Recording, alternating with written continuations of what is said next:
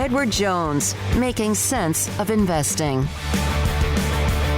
Second and 10, handoff. There's Squirrel on the move inside the 20. That speed inside the 10. Touchdown! This segment with former Baylor defensive coordinator Phil Bennett is sponsored by the Nitsche Group Insurance Company, where clients are more than just a policy number. See why thousands of Texans trust the Nitsche Group with their home, auto, benefits, and commercial insurance coverage. Call their Waco office to speak with an expert at 254-420-3900 or visit them online at tngins.com. Now, here's David Smoak, Paul Catalina, and Craig Smoak. All right, here we go. This 5 o'clock hour, we have heard from Dave Aranda. We've also heard earlier today on the latest in the updates with Moon Urson and Dee Dee Richards, basketball players at Baylor, with Kim Mulkey and the players, and much more. And now we're joined by Phil Bennett, former Baylor defensive coordinator, who is in Hawaii as Sam Bennett is a part of the University of Hawaii staff, and you're down there enjoying, I guess, life about as much as you possibly can, Coach. Well, between this soon-to-be 2-year-old granddaughter and getting to watch Sam and Todd, Graham, and them practice, it's been a fun day. I bet it has. And a fun day is not how you describe what happened to Baylor on Saturday. What in the world did you see? Well, first of all, they just didn't come out with much spark, and for whatever reason. I don't know what the cause was. Obviously, when you give up almost 7 yards a carry, that's demoralizing. And then offensively, we couldn't match it. And then the 67-yard punt return, it got away very fast. And then once we settled down the second half, I thought it was rather remarkable that we got it within 10 points. It was just too little too late. Phil, you've been at games where the team hasn't had fire before, and it's not something that you can just all of a sudden turn the switch. They had some in the fourth quarter. What's the key to getting it back, or do you sometimes just have to know it's not today? Well, that's easy to say, Paul, but you prepare. I know Dave and those guys, they were preparing those guys to play, and that's a rivalry game. And I think that early on they had some things, like I said, that didn't go their way, and they sort of lost their way. And I'm going to tell you something. The transition when you get down 30-0, that is tough. And then they found a niche the second half, and actually got back in the game. The thing I'm sure Dave and them are saying right now is, hey, we won the second half. We did win the second half, and definitely won the fourth quarter. And we just got to get out. We got to get started and play better early. Coach, you didn't have to deal with this as much during your time at Baylor, but this defense, they've kind of had to carry the weight for this team, and it seemed as though after that punt return, even the defense, which has been the soundest of all areas, was even kind of dipping their heads a little bit. How frustrating can that be when one unit seems to be producing and the others aren't really playing complementary football? Well, listen, it's human nature. You keep thinking, how long can we hold them, or how, there's been times it's been flip flop. How much can we score? Mm-hmm. Can we match their scores? And that's where your leadership comes in. That's where guys who have played and you keep pressing and you keep the hammer down. And right now, let's be honest. And once again, there's been a lot of things transitional in the program this year. With COVID, with players in and out, playing this week, nothing the next week. I just don't think it's been a smooth ride, and it's been hard for everybody to get on the same page. Yeah, and he's a first-year head coach. You have been in the business a long, long time, and you had to have your first ever job as a head coach. Is that something that is overwhelming at times? Sure it is. You used to be able to go in and lock yourself in the defensive staff room, say, okay, this is what I've got to do. But when you're managing a whole program, think about this now, Smoak. You've got not just the players, you've got the coaches, you've got the administrators, you've got the alumni. I mean, every word out of your mouth becomes taken to verbatim of what you're saying and how you're handling things. So, and then I know Dave's more than capable, but it just hasn't gelled for him to this point. And I think that you can look at a lot of things. I mean, like you talked about defensively, they've had some good moments, but when you're giving up, I say this again, finally break down, give up 7 yards, and then the offense starts running the ball. We had a back almost get 100 yards, and it was just too little, too late. It is tough. How difficult is it for a staff to decide to change quarterbacks when it's not an injury situation? Well, the hardest thing for a head coach to do is do what's best for the whole and not the few. And so when you're looking at your team, you've got to say, you know what, whoever, this guy gives us the best opportunity for us to win. And sometimes if somebody's just in a rut, I remember one time when I was at SMU, when we started getting a little bit better, I had one of my quarterbacks, he got in a little rut. And I told him, I said, you're not benched, but I'm going to play the other guy. And it was amazing what that transpired over a game and a half, that he sort of shared reps, how much better he got. Phil Bennett, former Baylor defensive coordinator, with us on SicEm365 Radio. In the case of Charlie, I asked Dave Aranda earlier today about what does, obviously he has a belief in Charlie, and there's a lot of times right now that's an easy target, or he's an easy target, or Larry Fedora's an easy target. But I also asked him about the progression of the younger guys, Bohannon and Zeno, who at times have flashed what they can do. But isn't, Phil, the commitment to a guy who's your starting quarterback more than a couple of flash plays they've made in their career? Well, absolutely. I mean, think about it. Charlie has won, think about Matt Rule. I mean, Matt went, once Charlie became the guy, they went from a 1-11 to a 7-6 or whatever it was when they beat Vanderbilt. He gave them stability. Dave sees the same thing. Larry sees the same thing. And I just believe that you said it. I mean, the quarterback is always going to be the lightning rod. But there's so many intangible parts that you talk about. Offensive line, you look at running back. Can we run the ball?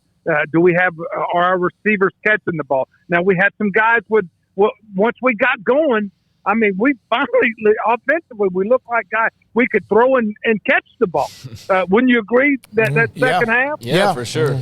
Yeah, it's almost as if Charlie performs better when it's a little bit frenetic. Well, I know this. It doesn't take me long to remember the Big 12 championship game. I thought he nearly willed Baylor to win the game with the way he competed. Now, he had some good players too. I say this again. I mean, but also, I mean, this is the first time that I've seen Baylor all year that for a first half they were lost. No direction. Just sort of were sitting on their hands waiting for something to happen, and TCU came out ready to play. Yeah, it seemed like TCU at Floyd Casey and even at McLean Stadium, that's Gary's. I know. I hate to bring him up. He's had success in Waco. He's had success in Waco. He's had success in Austin. He's had success a lot of different places. Have you ever? Maybe he needs to schedule more I-35 games. Yeah, that's exactly right. That's exact. Phil, you've been on teams, and obviously the 2016 and even 15 team had distractions. How much can what they dealt with initially early in the week with the players, they across the board, everybody said that Tuesday's practice, in fact, a couple of coaches said it's the best one they've ever been a part of. How much can you get high and yet hard to sustain it for a game in 3 or 4 days? Oh, you can lose it in a heartbeat. You mentioned 2016. One of the most frustrating games I was ever involved in was that year. Art was gone. the players wanted. You remember the black jersey? Oh yeah, deal? yeah. Oh, yeah. That was a bunch of BS, and I was so angry because it became a focus, and we go out there, and TCU tore us up because we were distracted. We weren't ready to play, and they were, and they very similar to what happened, on Saturday. I mean, your mindset and the will to prepare to win is huge in getting it transferred to the field on Saturday. Trust me. And it was obvious that we weren't ready to play. All right, so you have never been afraid to say or speak your mind. You've been a head coach where you've had your staff, and then you've been an assistant coach, coordinator, where you've been on somebody else's staff. What can meetings be like the day after what happened Saturday? Well, one or two things happen. And I've always, everybody thought, well, you're always chewing somebody's butt out. One of the things that I've always made clear to my players is this is a we thing. If you're not successful, then I'm part of that problem. And I think players, and I know Dave, I haven't talked to him about it, and I'm sure his staff, Larry, it's a we thing.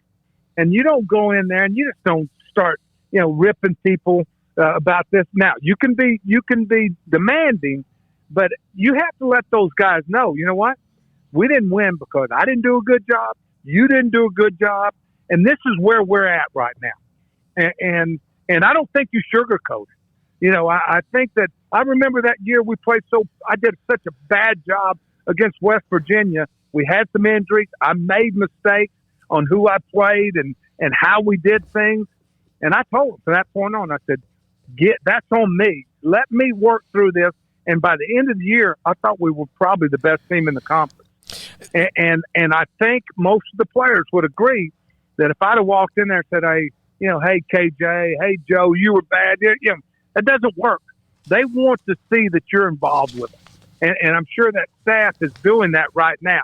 It's easy to point the finger, but you also have to make corrections, and you got to reinforce the things that they did good. I don't care what the score was at halftime or when it was 30-0.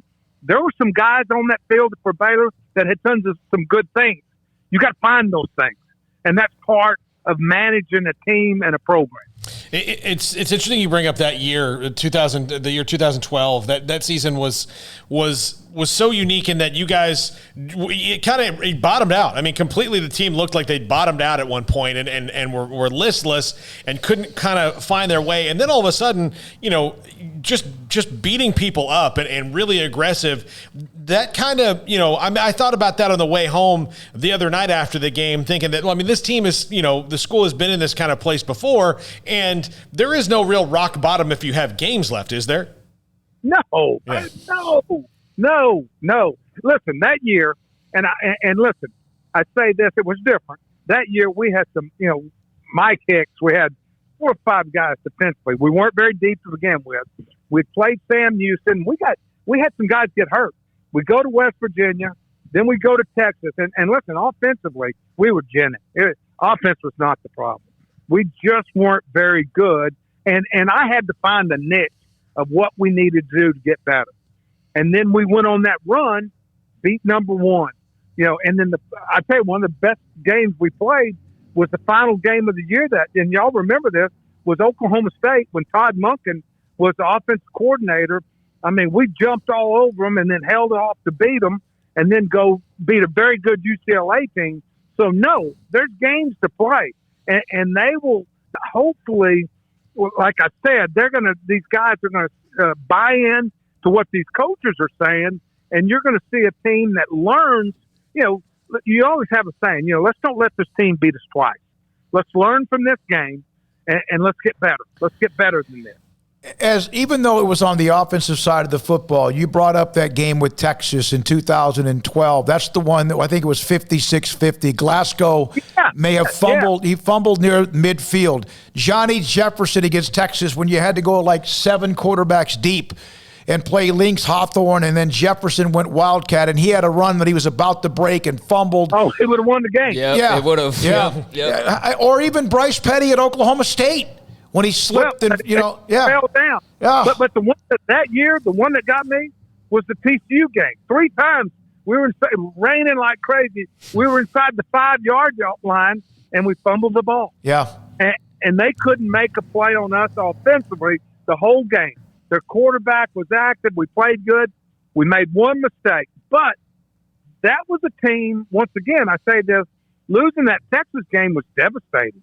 We gave up very little, but if you remember, we regrouped, we got together, and Art's last game was a masterpiece against North Carolina. Yep, it sure was. What was that TCU monsoon game like from your perspective? Not the game itself, but just being in that environment and the rain and just how never stopped. Yeah, it never stopped the whole night. And you know what I remember vividly is that we were outplaying them. I mean, they could not move. Boykins, we sort of had his number from what we were doing in 14 and 15, and we had played. They had a punt return, and we had fumbled the ball, and we stopped them inside the 20 2 or 3 times, and I could tell they were getting frustrated. And then we ended up, we ran like something happened. Chris Johnson was our quarterback. Yep. He wasn't ready for the ball. It was 1st and goal at the 5. We're going to win the game, even with a field goal. And we end up, the ball snapped too early. They get the ball, and the clock, and we stop them, and the clock runs out, and then they beat us in double overtime. Yeah. Phil, I can tell you that was where it kind of started for, I know at least me, and we kind of joke about this all the time, but anytime that we go to TCU to do something, every university kind of has a thing. TCU's is everything is just a little harder to do there than it should be anywhere else. Like if we need to get into a place at 7:30, they'll tell us, no, you can't get in until 8. The media room is just some big cavern under the stadium, and it echoes and you can't hear anything. It was cold and rainy that day. Everyone from Waco was just pissed off all day. Yeah. We're just furious all day long. Yeah. So it just was kind of like the perfect circle of angry. You know, and if you remember now, we had beaten a very good Oklahoma State team the week before, and we knew that Jared was hurt. Jared got hurt versus Oklahoma on a cheap shot, and Chris comes in, throws a couple of deep balls. We had held Oklahoma State. I think they were 0 for 17 on 3rd down. You remember that, Smokey? And we had played lights out. They had Washington. They had the kid that the quarterback with the Steelers, and we won that game. And we were just hanging on. If we could have won and I think Chris got knocked out of the TCU or first drive of the Texas game. Yeah, he did on a little play on the left on the far side. Yeah, on a touchdown. He fumbled, and they ran it back. And he threw those two. He threw a dart to like Katie Cannon at Oklahoma State. That's the game you're talking about where he came in because Jarrett got hurt. That was just And I don't think we had won there. If I remember right, I was preaching to the kids since 1939. I don't think Baylor had won in Stillwater since 1939, or either 39 years, something with 39. Well, speaking of Stillwater, Coach, what did you think of the first loss of the year for the Cowboys against Texas? A lot of personal miscues for the Cowboys. Well, I thought that Sam just sort of willed them. I mean, they gave up plays defensively. Texas did, but they were able to outscore them. And I tell you, it was a shootout. It was a Big 12 game, and I think that. Like we talked about, they're a capable team. They played better than they probably had all year. Be interested to see how they play this week. All right, Phil, a couple more things, and I will ask you about Sam and also Hawaii. But the schedule doesn't stop. Nobody, Baylor's 1-3. They got things that aren't going well. The schedule doesn't stop, and they have back-to-back road games against 2 teams that hate them from last year, Iowa State and Texas Tech on the road. What's that like when things aren't going well, but the schedule doesn't stop and you don't have a chance to breathe? Well, you know what? You get back-to-back. That's what you do. And I know those guys, Dave and that staff, will tell them, as I said earlier, this is who we are right now. This isn't who we have to be. Our record's not going to change until we change it. And we've got to have each other's back. We've got to be together. The 3 phases of the game, and this is a we thing. So let's get this thing, and let's get our focus, our mind. Hopefully we won't have any interruptions with COVID or any other injuries, and we can get this thing back on track. And people say, well, that's easier said than done. Absolutely, it is. But trust me, I've seen it happen, been involved with it too many times. It's just amazing. The mind's a powerful thing when you think you can do something. And I would say get back to back and let's go to Ames, which we won there. We won at Lubbock, and let's do this. By the way, Joe Williams is a guest on our show tomorrow. I'll never forget when you first arrived, you went JUCO, KJ Morton, Joe Williams. You needed their help. You also brought in others, but how much, and I know they were tough. I mean, they struggled early on, but how much did those 2 guys mean to your program that they were there for you that first year? Hey, KJ and Joe are winners. I mean, they're winners. Meach Goodson is a winner. Yeah. I mean, I told Art, we went out, we found guys, and I went to California. I remember one time I said some awful things to KJ Morton. He told me that he thought his teacher was going to flunk him because she didn't like him because of his hair. And how do you think that went over? my wife, we were in California actually on vacation, and she goes, I've never heard you talk to anybody that bad. but KJ, what he helped us. He was, and Joe, Meach, and I'm gonna tell you something. A quick story. Our TCU game, when we beat them that game, that I think it was 40-39, whatever it was, when Mike made the pick. Yep. Both those kids had to be put on ice after the game. They had got there like the day or 2 weeks or a week before the season, and both of them played about 90 snaps. It was crazy. What a win that was, and probably was able to kickstart many things for you, even though you had been to a bowl game the year before, no question about it. All right, so you're there with Sam, watching him. He was a part of staff when you were at Arizona State. Your thoughts about what he's doing and how much that relationship is cool that he does what you did for so many years. Sam almost aced the ACT his sophomore year at Highland Park. And I told him, of course, his mother was in the medical field and my late wife. And I said, you're never going to coach. You're not going to have to live like this. And here I am coming to Hawaii watching him. But I watched him practice today. He's got it. He's a great coach. He's better than I was. He's got better patience. He's a great teacher. And I'm just really proud of him. He's a great father, got a wonderful wife. And just very, I was out there today, and it was you've known me a long time, Dave. I mean, it was sort of nostalgic. I watched him coach those kids and watch them respond to him, and he's got a bright future. And of course, Todd is a great coach, dear friend of mine. They won a game, had a rough second game, and hopefully they can get after the New Mexico Lobos Saturday. Thank you, Phil. We appreciated the commitment from you and also the fact you're in Hawaii and gave us the time. We appreciate it. Have fun. Enjoy it. Thank you, guys. That's Phil Bennett, former Baylor defensive coordinator on many things. By the way,